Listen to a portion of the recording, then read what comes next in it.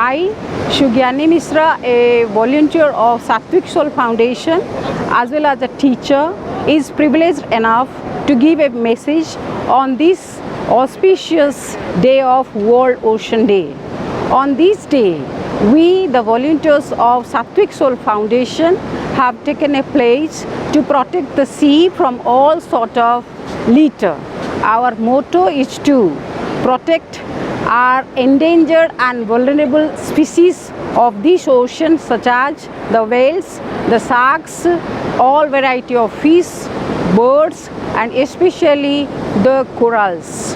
For this, we all are trying our best since last 3 years to prevent all sort of litters which are being discharged into the sea, so that together we can prevent the pollution which are being causing great harm to this ocean. So let us take a pledge: no litter into the sea.